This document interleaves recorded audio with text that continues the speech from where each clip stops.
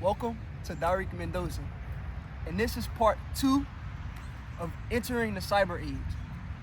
Now, I know if you watch part 1 that you kind of got an understanding of what's all happening right now, and I know it may be new to you. You're seeing all of the AI, you're seeing all of the advancements with technology, self-driving cars. Every day there seems to be something new on social media. There's always something coming fast, and before your brain could really adjust and understand what just happened, there's always something new coming right behind it. And I'm preparing you guys early for what I consider to be the next dawn of the human evolution, the next dawn of the human race, the cyber age. Recently, I had the opportunity to become the Youth Engagement Director of BSI Global Inc. We're working on building cyber cities. We're working on transforming kids. We're working on preparing the next world for AI, not just with the government, not just with solar, not just with self-driving cars, not just with AI, software apps, and all of these different things that we're inventing or creating.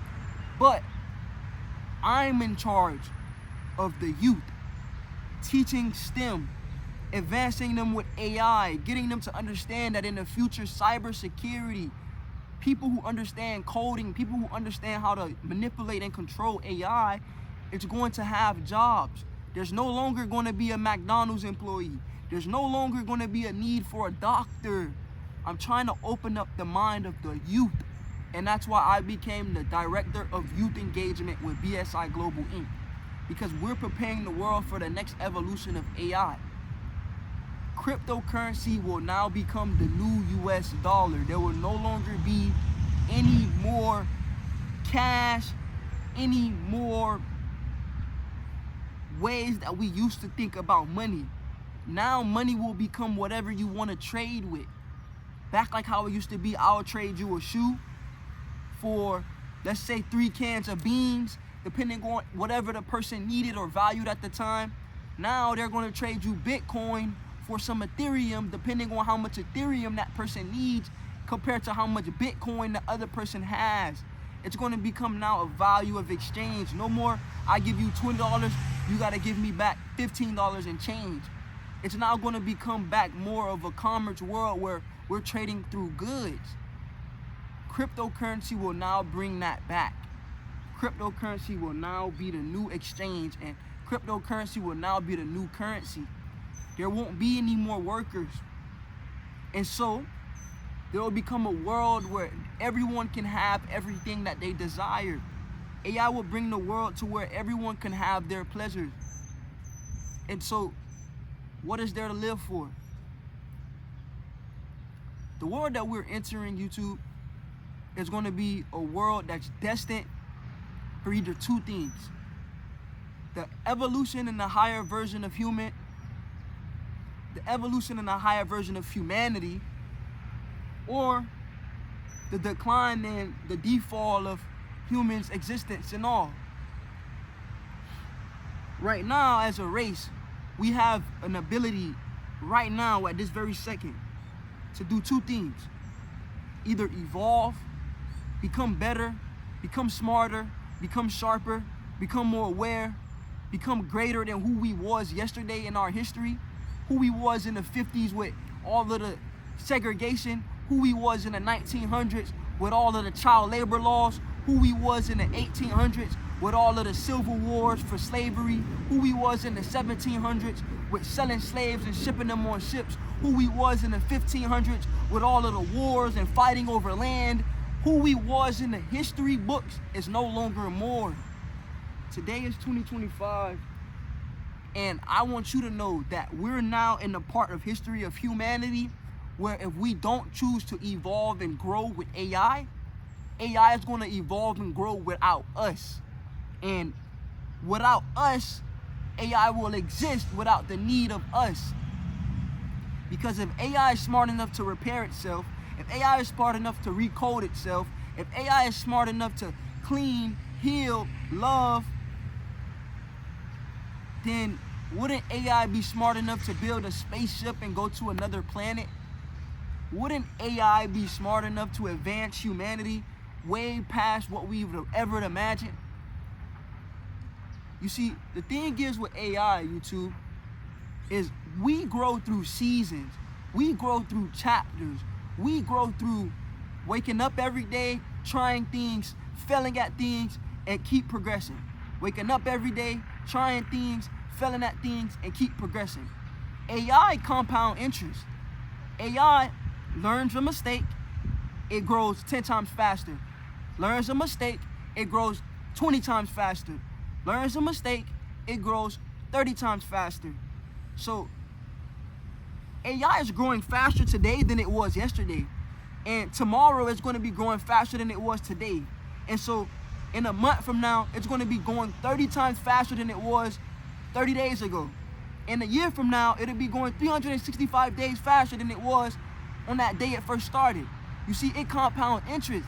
So it can only ever grow faster and faster and faster and faster and faster. Think of it like this, right? If you put a hole in the bottom of a cup and the water starts dripping out, 1 drip at a time, 2 drips at a time, 3 drips at a time.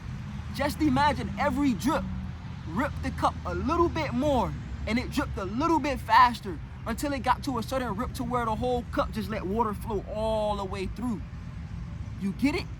AI is growing so fast, it will get to a point to where it's going to grow even faster and faster, at even a faster and faster, at even a faster and faster, at even a faster and faster rate, at a forever growing pace with nothing to stop it.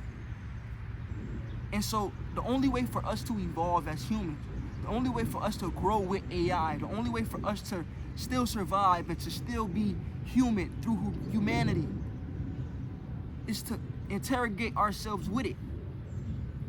Now, again, I know a lot of you probably like, Derek, you yapping, but just listen to me. Elon Musk has already started Project Neuralink. And his goal with Neuralink is to help disabled humans who don't have the ability to function within their body, who may have lost arms, fingers, lungs, who may have lost legs, toes, whatever. Your brain sends a neural wave to the different parts of your body to get you to move it. If the neural wave cannot make it to that part of the body, then you can't move it.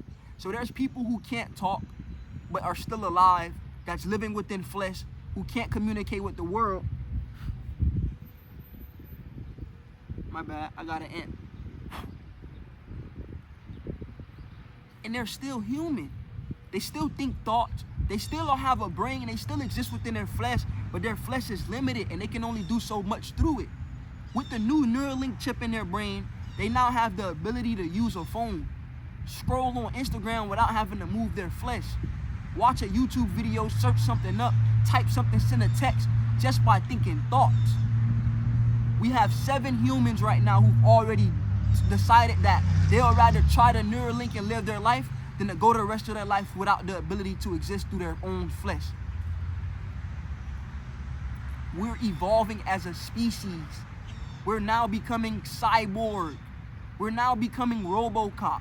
We're now becoming the future that they showed you over and over and over again. So you have you literally have one option. Learn AI, grow with what's coming, position yourself to evolve. Or do exactly what your grandmother did. Do exactly what your grandfather did. Do exactly what you see the elders who once lived with no technology, no phones, no nothing. I'm talking about writing letters, paying everything through cash, no online internet. You see how they live right now? Do you see how they exist? They exist within a world that they cannot do anything because they did not adapt with technology as it grew and as it kept coming, because it came too fast and they were too stuck in their old ways.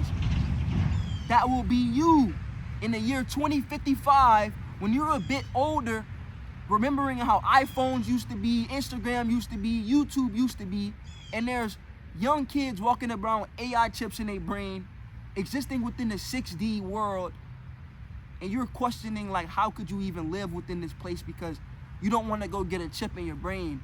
You don't want to go and advance with the technology. You don't want to adapt to what's happening with AI. You want to keep your regular job. You want to keep your regular school. You want to keep your regular iPhone. You don't want to adapt to what's happening around you. You have to evolve now because we're now entering the cyber age.